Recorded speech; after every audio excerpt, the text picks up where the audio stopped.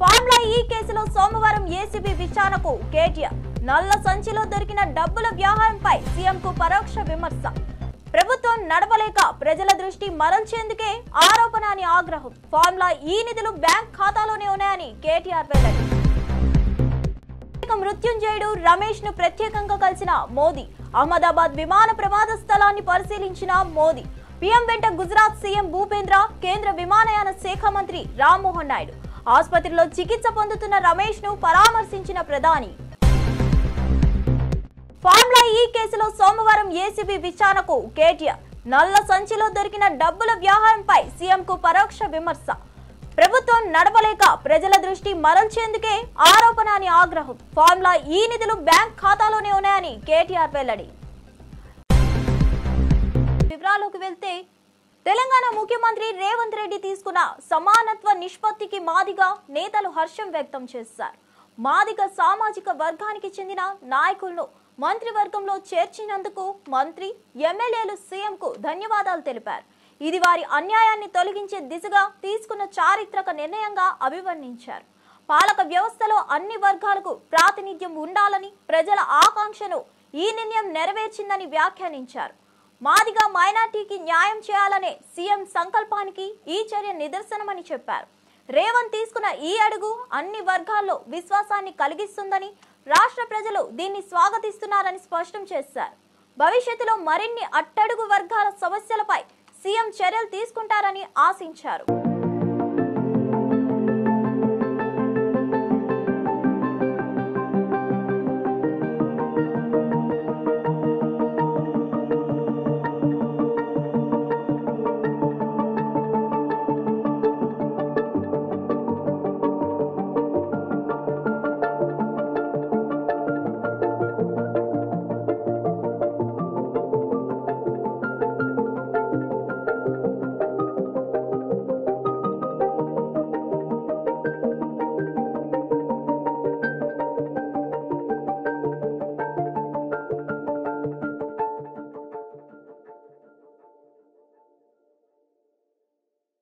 తల్లికి వందనం పథకం కింద తన అకౌంట్ లో 2000 పడుతున్నట్లు ఫేక్ ప్రచారం జరుగుతుందని నారా లోకేష్ మండిపడ్డారు. దీనిపై తీవ్ర స్థాయిలో స్పందించిన ఆయన, మీకు 24 గంటలు టైం ఇస్తున్నా, దమ్ముంటే ఇది నిరూపించండి, లేకపోతే తప్పు చేశామని ప్రకటించి స్టేట్మెంట్ వెనక్కి తీసుకోండి, లేదంటే చట్ట ప్రకారం చర్యలు తీసుకుంటామని హెచ్చరించారు. తప్పుడు ప్రచారం ద్వారా తన ప్రతిష్టను దెబ్బతీయాలనే ప్రయత్నం జరుగుతుందని ఆరోపించారు. ఈ విషయంపై విపక్షాలు బాధ్యతతో వ్యవహరించాలని, ప్రజల మద్దతు కోల్పోయిన తర్వాత ఇలా చీప్ రాజకీయాలకు వెళ్లకూడదని లోకేష్ సూచించారు. ఫేక్ న్యూస్ వెనుక ఉన్న వారిపై కఠినమైన చట్టపరమైన చర్యలు తీసుకుంటామని స్పష్టం చేశారు. ప్రభుత్వం ఇచ్చింది 14.55 లక్షల మంది తల్లుల అకౌంట్లో ఏకంగా వాళ్ళకి 2 పిల్లలు ఉన్నారు కనుక వాళ్ళకి 26,000 రూపాయలు కూటమి ప్రభుత్వం అందజేసింది. దాంట్లో సుమారుగా 29.10 లక్షల మంది పిల్లలు కవర్ అవుతాం జరిగింది. ఏకంగా 3 పిల్లల కన్నా ఎక్కువ ఉన్న 3 పిల్లలు ఉన్న తల్లులు సుమారుగా 2,10,000 మంది ఉన్నారు. అంటే 6.32 లక్షల మంది పిల్లలు అక్కడ ఉన్నారు. వాళ్ళకి ఏకంగా 39,000 రూపాయలు కూటమి ప్రభుత్వం అందజేస్తాం జరుగుతుంది. గత ప్రభుత్వం చేపట్టిన కార్యక్రమంలో వాళ్ళ ఎన్నికలప్పుడు వీడియోలన్నీ కూడా చూసాం. ఎంతమంది పిల్లలున్నా అంతమంది పిల్లలకి ఇస్తా అన్నారు. వాళ్ళు ఇవ్వకుండా ఏకంగా 42 లక్షల మంది పిల్లలకే ఆనాడు వాళ్ళ అమ్మ ఒడి ఇస్తాం జరిగింది. కూటమి ప్రభుత్వ అధికారులకు వచ్చిన తర్వాత అది ఇప్పుడు 67,27,000 మంది పిల్లలకి ఈరోజు నిధులు జమ చేస్తాం జరిగింది. గతంలో 5,540 కోట్ల రూపాయలు వాళ్ళ కార్యక్రమానికి ఖర్చు పెడితే సంవత్సరానికి కూటమి ప్రభుత్వం 8,745 కోట్ల రూపాయలు తల్లి అకౌంట్లో నిధులు జమ చేస్తాం జరిగింది. అంటే సుమారుగా 3,205 కోట్ల రూపాయలు అదనంగా కూటమి ప్రభుత్వం అందజేస్తుంది. అంటే 5 సంవత్సరాల్లో 16,000 కోట్ల రూపాయలు అదనంగా తల్లుల అకౌంట్లో కూటమి ప్రభుత్వం నిధులు జమ చేయబోతుంది. మళ్ళీ ప్రజలందరూ చెప్పేది ఒకటే, ఎంతమంది పిల్లలున్నా అంతమంది పిల్లలకు మేము ఇస్తాం. అర్హులు ఎంతమంది ఉన్నా వాళ్ళకి ఈ కార్యక్రమం అందించాలనేది గౌరవ ముఖ్యమంత్రి గారు మాకు ఆదేశాలు జారీ చేస్తాం జరిగింది. ఇప్పుడే నేను గౌరవ ఫైనాన్స్ మంత్రి అహ్మదాబాద్ లో జరిగిన ఘోర విమాన ప్రమాదం దేశాన్ని విషాదంలోకి నెట్టింది. ఈ ఘటనలో 241 మంది ప్రాణాలు కోల్పోగా కేవలం ఒక్క వ్యక్తి మాత్రమే బతికారు. ఈ నేపథ్యంలో ప్రధాని నరేంద్ర మోదీ ప్రమాద స్థలాన్ని పరిశీలించారు. సర్దార్ వల్లభాయ్ పటేల్ విమానాశ్రయానికి చేరుకున్న ఆయన నేరుగా మేఘాని నగర్లోని ఘటన స్థలానికి వెళ్లారు. ఆయన వెంట గుజరాత్ సీఎం భూపేంద్ర పటేల్, విమానయాన శాఖ మంత్రి రామ్మోహన్ నాయుడు ఉన్నారు. సహాయక చర్యలు ఎలా సాగుతున్నాయన్నది అధికారులు వివరించారు. అనంతరం బ్రిటన్ పౌరుడైన విశ్వాక్ కుమార్ రమేష్ ను ఆసుపత్రిలో పరామర్శించారు. వైద్యులతో మాట్లాడి ఆరోగ్య పరిస్థితిని అడిగి తెలుసుకున్నారు. ప్రమాదం బాధితుల కుటుంబాలకు ప్రధాని ప్రగాఢ సానుభూతి తెలిపారు.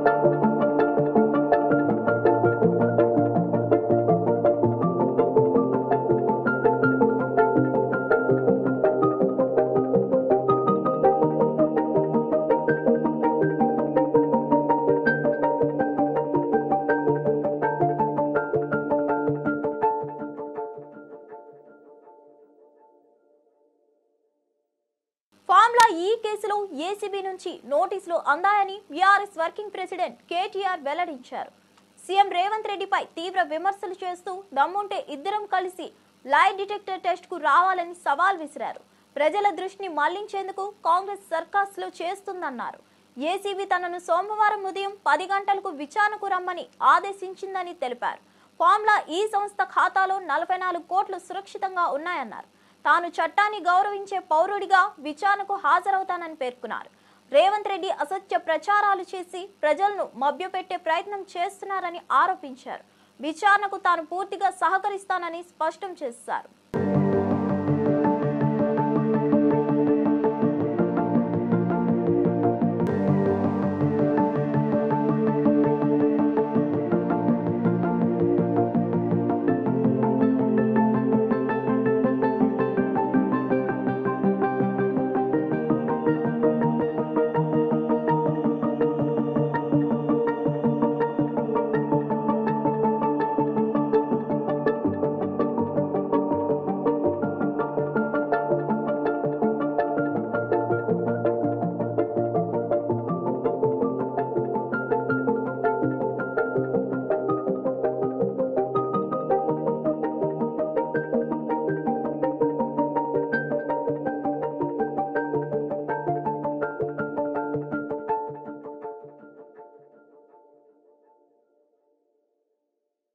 తన అరెస్ట్ ను సవాల్ చేస్తూ కొమ్మినేని శ్రీనివాసరావు సుప్రీంకోర్టులో దాఖలు చేసిన పిటిషన్ కు న్యాయం లభించింది. సీనియర్ జర్నలిస్ట్ అయిన ఆయనకు బెయిల్ మంజూరు చేస్తూ ధర్మాసనం ఆదేశాలు జారీ చేసింది. విడుదలకు సంబంధించిన నిబంధనలన్నీ ట్రయల్ కోర్టులో నిర్ణయిస్తుందని జస్టిస్ ప్రశాంత్ కుమార్ మిశ్రా, జస్టిస్ మన్మోహన్ స్పష్టం చేశారు. ఒకే కారణంతో కొమ్మినేనిని అరెస్ట్ చేయడాన్ని తీవ్రంగా తప్పుపట్టారు. సీనియర్ న్యాయవాది పొన్నవోలు సుధాకర్ రెడ్డి మాట్లాడుతూ నోటీస్ లేకుండా అరెస్ట్ చేయడం చట్ట విరుద్ధమని తెలిపారు. గెస్ట్ వ్యాఖ్యల కోసం యాంకర్ను బాధ్యత వహించమంటారా అని ప్రశ్నించారు. పాలక పక్షానికి నచ్చేలా పోలీసులు వ్యవహరిస్తున్నారన్నారు. సాక్షి గొంతు నులిమే ప్రయత్నం స్పష్టంగా కనిపిస్తుందన్నారు.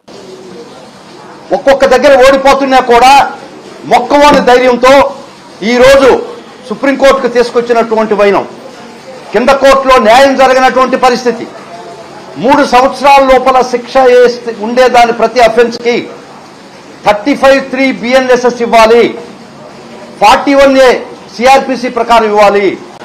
ఇట్లా చట్టం చాలా స్పష్టంగా చెప్పినా కూడా వారు ఆ కేసుకి SC ST యాక్ట్ జోడిస్తే గౌరవ మ్యాజిస్ట్రేట్ వారు దాన్ని తీసేయడం జరిగింది.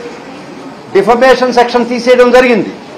వారి మీద నమోదైనటువంటి సెక్షన్స్ 6 సెక్షన్స్ కూడా 3 సంవత్సరాల లోపల పనిష్మెంట్ శిక్షార్హమైనటువంటి కేసుల్లో కూడా మేము వాదనలు చాలా గట్టిగా వినిపించినా కూడా అర్నేష్ కుమార్ జడ్జిమెంట్ ప్రకారం అరెస్ట్ ఇల్లీగల్ 35(3) ప్రకారం నోటీస్ ఇచ్చి పంపించేయాలా, ఇది అరెస్టే ఇల్లీగల్ మేము వాదించినా కూడా అక్రమమైనట్టు అరెస్ట్ చేసి కోర్టు ముందర ప్రొడ్యూస్ చేసినా కూడా కోర్టు వారి దృష్టికి కూడా తీసుకుపోయినాం.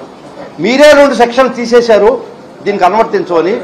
కొరవ సెక్షన్స్ 3 సంవత్సరాల పనిష్మెంట్ కదా, అర్నేష్ కుమార్ జడ్జిమెంట్ ప్రకారం 35(3) ఇచ్చి పంపించేయండి అని చాలా దూరం వాదనలు వినిపించాం. చాలా వరకు మేము మా వాదనలు కూటమి ప్రభుత్వం మహిళలను డైవర్షన్ పాలిటిక్స్ కోసం పావులుగా వాడుతుండడం దారుణమని వైఎస్ఆర్సీపీ మహిళా అధ్యక్షురాలు వరదు కళ్యాణి ఆగ్రహం వ్యక్తం చేశారు. తాడేపల్లిలో ఆమె మాట్లాడుతూ సాక్షి మీడియా ప్రభుత్వ వైఫల్యాలు బయట పెడుతుండడంతో టీడీపీ మహిళలతో దాడులు చేయిస్తున్నదని ఆరోపించారు. మహిళలను అడ్డం పెట్టుకుని రాజకీయ కుట్రలు చేయడమే చంద్రబాబు, లోకేష్ అజెండా అని ఆరోపించారు. ప్రజలు జగన్ కు బ్రహ్మరథం పడుతున్నారని, అది ఓర్చుకోలేని టీడీపీ మహిళల వెనుక దాడులకు దిగుతుందన్నారు. సాక్షి కార్యాలయాలపై రాష్ట్ర వ్యాప్తంగా దాడులు చేసి దాన్ని వైఎస్ఆర్సీపీపై నెపం మోపాలనుకోవడం కుట్రభరితమైన చర్య అని విమర్శించారు. మహిళల నిరసన పేరుతో చేయబడ్డ దాడులు, ఏలూరులో జరిగిన ఘటనలన్నీ టీడీపీ ప్లాన్ టార్గెట్లుగా విమర్శించారు. గారైనా అనిత గారైనా అలాగే తీసుకుంటే గుమ్మడి సంధ్యారాణి గారు అంత రాజ్యాంగబద్ధమైన పదవుల్లో ఉండి ప్రజలకు సమాధానం చెప్పే బాధ్యతాయుతమైన పదవుల్లో ఉండి వాళ్ళేమో ఒక తప్పుడు కేసుల విషయంలో ఏకంగా పోలీస్ స్టేషన్స్కి వెళ్ళి పోలీస్ దగ్గరికి వెళ్ళి తప్పుడు ఫిర్యాదులు సాక్షి మీద మా భారతమ్మ మీద జరగని ఇష్యూ మీద ఇవ్వడం అంటే ఎంతగా వీళ్ళు దిగజారుడు రాజకీయాలు చేస్తున్నారో మనం అర్థం చేసుకోవచ్చు. అసలు ఇప్పుడు ఏం చేస్తారు? సుప్రీంకోర్టు తీర్పు ఇచ్చింది కదా, ఇప్పుడు ఖచ్చితంగా మీరందరూ కూడా క్షమాపణలు చెప్పాల్సిన అవసరం ఉంది. మీరు మీ ఫిర్యాదులను వెనక్కి తీసుకోవాల్సిన అవసరం ఉంది. అలాగే తీసుకుంటే ఎంత దారుణంగా లేని ఇష్యూని వక్రీకరించినందుకు ఈ మంత్రులు, హోమ్ మినిస్టర్ గారైనా అలాగే గుమ్మడి సంధ్యారాణి గారైనా వీరందరూ కూడా ఎంత దారుణంగా వక్రీకరించి లేని విషయం గురించి అంత రాద్ధాంతం చేశారు కదా. మరి ఇప్పుడు మీరు రాజీనామా చేస్తారా మీ పదవులకి? మీరు తప్పుడు ప్రయత్నం చేసినందుకు మీ విజ్ఞతకే వదిలేస్తూ ఉన్నాము. ఎప్పటికైనా మేము తెలియజేసేది ఏంటంటే ఇలాంటి తప్పుడు ఆరోపణలు మానుకోండి. రెడ్ బుక్ రాజ్యాంగం మీద పెట్టిన దృష్టి, అక్రమ కేసుల మీద పెట్టిన దృష్టి, అక్రమ అరెస్టుల మీద పెట్టిన దృష్టి.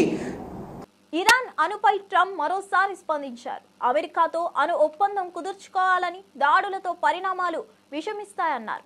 ఇరాన్ అణుబాంబు కలిగి ఉండకూడదని స్పష్టం చేశారు. ఇజ్రాయెల్ వైమానిక దాడుల నేపథ్యంలో ట్రంప్ వ్యాఖ్యలు ప్రాధాన్యత సంతరించుకున్నాయి. చర్చల ద్వారానే పరిష్కారం సాధ్యమని తెలిపారు. మళ్లీ చర్చలకు సిద్ధం అవ్వాలని అమెరికా ఆశిస్తుందని చెప్పారు. ఫాక్స్ న్యూస్ కు ఇచ్చిన ఇంటర్వ్యూలో ఇరాన్ అణుబాంబు కలిగి ఉండకూడదు, మేం మళ్లీ చర్చల వేదికపైకి రావాలని చూస్తున్నాం, ఏం జరుగుతుందో చూద్దామని వ్యాఖ్యానించారు. మిడిల్ ఈస్ట్ ప్రాంతంలో ఉద్రిక్తతలు పెరుగుతున్న వేళ ట్రంప్ తాజా వ్యాఖ్యలు అంతర్జాతీయంగా చర్చకు దారితీశాయి. ఇరాన్ ఇజ్రాయెల్ ఉద్రిక్తతలపై అమెరికా జోక్యం కీలకం కానుంది.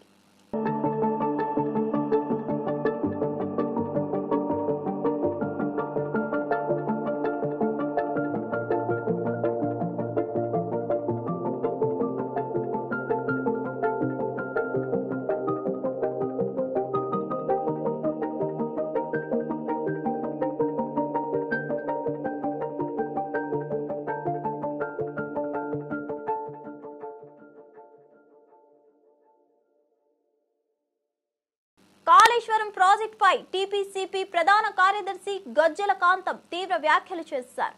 ఈ ప్రాజెక్ట్ మీ అబ్బ జాగిరా, ప్రజాధనాన్ని దోచుకున్న వారిని శిక్షించాల్సిందే అని మండిపడ్డారు. గత ప్రభుత్వం నిర్లక్ష్యం, అవినీతితో కాళేశ్వరం మూలం తప్పిందని అన్నారు. నీటి ప్రాజెక్టుల పేరుతో వేల కోట్ల రూపాయలను దారుణంగా దోచుకున్నారని ఆరోపించారు. ఈ విషయంలో సీఎం రేవంత్ రెడ్డి ప్రభుత్వం తగిన చర్యలు తీసుకోవాలని డిమాండ్ చేశారు. ప్రజల నష్టాన్ని లెక్క చేసి బాధ్యులపై చట్టపరమైన చర్యలు తీసుకోవాలని కోరారు. కాళేశ్వరం నిర్వీర్యం కావడంలో పాలకుల హస్తం ఉందని తీవ్ర విమర్శలు గుప్పించారు. రాష్ట్ర ప్రజల నిధులను దుర్వినియోగం చేసిన వారెవరో వెనుకాడకుండా వెల్లడించాలని చెప్పారు. ఈరోజు వాస్తవాలు చెప్తే కేటీఆర్కు, కేసీఆర్ కుటుంబానికి చాలా బాధ అనిపిస్తుంది. మరి కాళేశ్వరం ప్రాజెక్టు అనేది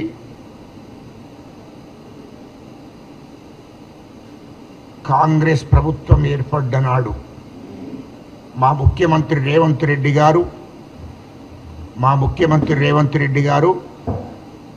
మరి ప్రమాణ స్వీకారం చేసిన రోజే చెప్పాడు, కాళేశ్వరం ప్రాజెక్టులో అవకతవకలు జరిగినాయి, దాని మీద ఖచ్చితంగా విచారణ చేపిస్తారని తెలంగాణ రాష్ట్ర ప్రజలకు మాట ఇవ్వడం జరిగింది. మా ముఖ్యమంత్రి రేవంత్ రెడ్డి గారు పిసిసి అధ్యక్షులు ఉన్నప్పుడే కాళేశ్వరం ప్రాజెక్టు అవినీతి జరిగింది, ఖచ్చితంగా దాని మీద విచారణ ఇస్తారని ఆ రోజు పిసిసి అధ్యక్షులుగా ఉన్నప్పుడే మా రేవంత్ రెడ్డి గారు ప్రజలకు మాటిచ్చాడు. మరి రాష్ట్ర ప్రజలు కూడా ఈ రాష్ట్రాన్ని దోషిండ్రు, కాళేశ్వరం ప్రాజెక్టులో అవినీతి జరిగింది. పేర్ని నాని అవినీతి పాపం పండిందని మంత్రి కొల్లు రవీంద్ర మండిపడ్డారు. బందరు అభివృద్ధిని అధోగతికి నెట్టిన నానిని వదిలిపెట్టబోమని హెచ్చరించారు. టిట్కో ఇల్లు, సిఆర్జెడ్ భూములు కేటాయింపులపై స్పష్టత ఇవ్వాలన్నారు. మెడికల్ కాలేజీ భూముల కొనుగోలులో 8 కోట్ల అవకతవకలు జరిగాయని ఆరోపించారు. సానుభూతి రాజకీయాలకు నానికి కాలం చెల్లిందని విమర్శించారు.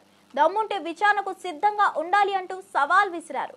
వైసీపీ పాలనలో నాని బ్రోకర్గా మారారని విమర్శిస్తూ త్వరలో నిజాలన్నీ వెలుగులోకి వస్తాయని వ్యాఖ్యానించారు. నిజంగా చాలా దురదృష్టకరం.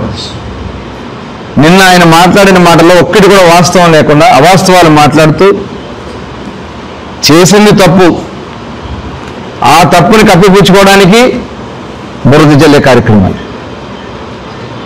ఆ రోజు అందరికీ తెలుసు, ఎలక్షన్లో నీ కొడుకుని గెలిపించుకోవాలని, నీ కొడుకుని అందరం ఎక్కించుకోవాలని నువ్వు పడరాని పాటలు పడి చేయరాని తప్పులు చేసి ఇళ్ల పట్టాలని, దొంగ పట్టాలని సృష్టించి తహసీల్దార్ కార్యాలయంలో ఆ పట్టాలు అర్ధరాత్రి కూడా రాయిస్తూ ఉంటే మేము వెళ్ళి ఆ రోజున అక్కడ పట్టుకున్నది వాస్తవం కాదా? ఆ రోజున్నటువంటి జేసీ గారు వచ్చింది వాస్తవం కాదా? ఈ రోజున్న జేసీ గారే. ఆ రోజున మేము ఆఫీస్ ముందు పడుకున్నాం, ఆ పట్టాలు కట్టలు పట్టుకుని మీ అన్యాయం పారిపోయినటువంటి పరిస్థితి ఉంటే వాళ్ళని పట్టుకొచ్చాం. కొమ్మినేని అరెస్ట్ పై సుప్రీంకోర్టు బెయిల్ ఇచ్చిన తీర్పు చంద్రబాబుకు చెంపపెట్టు అని జగన్ ట్వీట్ చేశారు. సత్యమేవ జయతే అంటూ స్పందించిన జగన్ కొమ్మినేనిపై అపాదించిన అభియోగాలు కృత్రిమమని విమర్శించారు. ప్రజల దృష్టి మరల్చేందుకు చంద్రబాబు కుట్రలు చేస్తున్నారని ఆరోపించారు. కొమ్మినేనికి సంబంధం లేని వ్యాఖ్యల నెపం వేయడం అప్రజాస్వామికమని మండిపడ్డారు. న్యాయస్థానం బాబు నిరంకుశత్వానికి గట్టిగా బుద్ధి చెప్పిందంటూ న్యాయ విజయం సాధించామని పేర్కొన్నారు.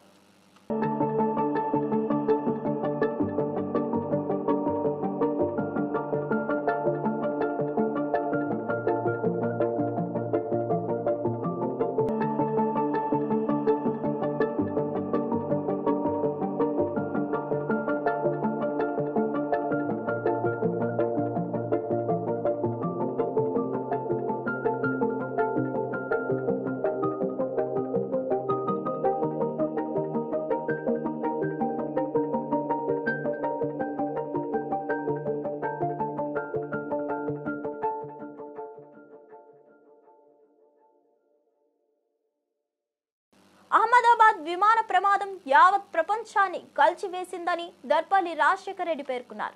సాంకేతిక లోపం పేరుతో తప్పించుకునే ప్రయత్నం చేయవద్దని హెచ్చరించారు. 270 మంది మృతి చెందగా 40 మంది చిన్నారులున్నారన్నారు. కేంద్ర విమానయాన శాఖ మంత్రి రామ్మోహన్ నాయుడు, డీజీసీఏ చైర్మన్లు బాధ్యత వహించి రాజీనామా చేయాలని డిమాండ్ చేశారు. గతంలో జరిగిన ఘటనలలో మంత్రులు రాజీనామా చేసినట్లు ఉదాహరణలు చెప్పారు. విమాన యాత్రలో నిర్లక్ష్యం వల్లే ఈ ఘటన జరిగిందని విమర్శించారు. బీజేపీ నేతల ద్వంద్వ ప్రమాణాలపై ఆగ్రహం వ్యక్తం చేశారు. మాట్లాడలేకపోతున్నాం, ఎందుకు ఫెయిల్యూర్ కాదు ఈ కేంద్ర ప్రభుత్వం అని ఒకసారి నేను అడుగుతున్నా. ఇంత పెద్ద ఘటన జరిగింది. నిన్న ఏవియేషన్ మినిస్టర్గా రామ్మోహన్ నాయుడు గారు ఎందుకు రిజైన్ చేయలేదు? అదేవిధంగా ప్రధానమంత్రి మోడీ బాధ్యత తీసుకొని ఎవరైతే డీజీసీఏ చైర్మన్ ఉన్నాడో ఆయన ఎందుకు రిజైన్ చేయలేదు? పదే పదే ఇదే Boeing 787 Air India Boeing 787-1171 aeroplane December 24న ఎమర్జెన్సీ ల్యాండింగ్ అయింది కదా షార్జాలో. దాని తర్వాత హైదరాబాద్ వచ్చిన ఢిల్లీ వచ్చిన ప్లేను ఢిల్లీ నుంచి అహ్మదాబాద్ వచ్చినప్పుడు దానిలో ఏసీ పనిచేయట్లేదు, స్విచ్లు పనిచేయట్లేదు, at the same time total mechanism పనిచేయనప్పుడు ఏవియేషన్ సిస్టమ్ డీజీసీఏ ఏం చేసింది? ఎందుకు అహ్మదాబాద్ నుంచి లండన్కి ఆ ప్లేన్ని ఫ్లై చేయడానికి అనుమతి ఇచ్చారో ఒకసారి ఆలోచన చేయాలి. ప్లేన్ని అహ్మదాబాద్ నుంచి లండన్ ఫ్లై చేయడానికి ఏవియేషన్ సంబంధించిన ఆఫీసర్లు ఎందుకు అనుమతించిండ్రు? సాంకేతిక లోపం ఉన్న ఫ్లైటు, ఇంత ఇబ్బంది పడ్డ ఫ్లైటు పైన ఫ్లై చేయడానికి అనుమతించిన ఆఫీసర్లు ఎవరు? ఇదే విషయాన్ని ఒకసారి మీరు గుర్తు పెట్టుకోవాలి. అప్పట్లో పొద్దున్న లేస్తే వీళ్ళు జవహర్లాల్ నెహ్రూతో పోటీ పడతారు, బీజేపీ ప్రభుత్వం కానీ ఎవరితోటైనా కానీ. బీజేపీ ప్రభుత్వంలో పెద్దలందరినీ ఒకటే విజ్ఞప్తి చేస్తున్నా, మీరు జవహర్లాల్ నెహ్రూతో పోటీ పడతారు కదా. 1996లో జవహర్లాల్ నెహ్రూ గారు ఉన్నప్పుడు లాల్ బహదూర్ శాస్త్రి గారు ఆ రోజు రైల్వే మినిస్టర్, ఒక ఘోరమైన యాక్సిడెంట్ మహబూబ్ నగర్లో జరిగినప్పుడు తక్షణమే ఆయన రిజైన్ చేసిండా లేదా?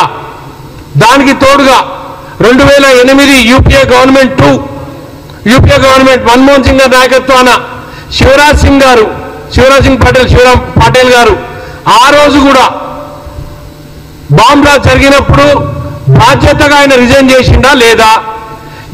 ప్రస్తుత కూటమి ప్రభుత్వం హామీలు అమలు చేయకుండా ప్రజలను మోసం చేస్తుందని ఎమ్మెల్యే తాటిపర్తి చంద్రశేఖర్ తీవ్ర స్థాయిలో విమర్శించారు. తల్లికి వందనం పథకాన్ని తల్లికి వంచనగా మార్చారని ఆరోపించారు. 87 లక్షల మందికి 13,000 కోట్లు అవసరమవుతుందన్న రికార్డుల మధ్య 2,000 కట్ చేసి వంచన జరిపారని మండిపడ్డారు. పథకాలను అమలు చేసిన ధైర్యం ఉంటే ముద్రించి ప్రజలకు చూపాలని సవాల్ విసిరారు. దళితుల పట్ల చంద్రబాబు చిన్న చూపు చూస్తున్నారని విమర్శించారు. రైతులను రౌడీలుగా ముద్రించడం దారుణమన్నారు. ప్రజాస్వామ్య విలువలు లేని ప్రభుత్వం ఎందుకని ప్రశ్నించారు. ఒక పరిపాలన చేసేటటువంటి ముఖ్యమంత్రి చెప్పని విధంగా, మాట్లాడని విధంగా, మాట్లాడకూడని విధంగా ఇచ్చినటువంటి హామీల్ని అమలు పరచలేము అని చెబుతూనే, వంచిస్తూనే ఏడాది కాలంగా హామీలను అమలు చేయకుండా అడిగేటటువంటి గొంతులపై కాళ్లతో నొక్కివేస్తూ దౌర్జన్య కాండని కొనసాగిస్తూ ఎర్రబుక్క అనేటటువంటి ఎర్రి పరిపాలనని ప్రజలకు అందిస్తూ ఎవరన్నా మాట్లాడితే వారిపై విరుచుకుపడేటటువంటి ప్రయత్నం వారు చేయడం అనేది నిజంగా అత్యంత దుర్మార్గం. ఇకపై ఉపేక్షించనని ఎవరికి చెప్తున్నారు మీరు? ప్రజలకు వాన్ చేస్తున్నారా మీరు? ప్రజాస్వామ్యంలో ప్రజలకి రావాల్సినటువంటి హక్కులను కూడా అడిగేటటువంటి స్వేచ్ఛ లేదా? మీరు చెప్పినటువంటి హామీల్ని అడిగేటటువంటి స్వేచ్ఛ లేదా? ఒక్కసారి ఇది ప్రజలు కూడా తీవ్రంగా దీన్ని ఖండించాల్సినటువంటి అవసరం ఉంది. ఇవాళ ఈ 1 సంవత్సర కాలంలో వారు ఇస్తున్నటువంటి ఒక గొప్ప హామీగా చెప్పుకుంటూ తల్లికి వందనాన్ని ఇవాళ మొదలు పెట్టారు. బాపట్ల జిల్లాకు చెందిన చీరాల కుప్పడం చీరలకు జాతీయ స్థాయిలో గుర్తింపు లభించింది. ఒకే జిల్లా ఒకే ఉత్పత్తి 2024 కింద ఎంపికైన ఈ చీరలు అరుదైన అవార్డును గెలుచుకున్నాయి. ఈ నెల 18న న్యూఢిల్లీలో జరగనున్న కేంద్ర ప్రభుత్వ కార్యాలయంలో బాపట్ల కలెక్టర్ వెంకటమురళి ఈ అవార్డును స్వీకరించనున్నారు. జనవరిలో చీరాలకు ప్రత్యేక గుర్తింపు ఇవ్వాలంటూ వచ్చిన కేంద్ర బృందం సభ్యులు చీరాల ప్రాంత మగ్గాలపై నేసే కుప్పడం చీరలను పరిశీలించి వాటి ప్రత్యేకతను గుర్తించి ఎంపిక చేశారు. ఈ అవార్డుతో చీరాల చీరలకు అంతర్జాతీయంగా మార్కెట్ అవకాశాలు మెరుగయ్యే